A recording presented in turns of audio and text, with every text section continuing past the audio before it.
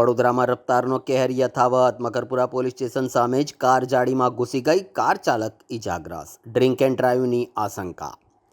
વડોદરા શહેરમાં ફરી એકવાર ગંભીર માર્ગ અકસ્માતની ઘટના સામે આવી છે. ગત મોડી રાત્રિએ વડોદરાના મકરપુરા પોલીસ સ્ટેશનની સામે જ એક એર્ટિગા કાર અનિયંત્રિત બનીને રોડની જાળીમાં ઘૂસી જતા અફરાતફરીનો માહોલ સર્જાયો હતો.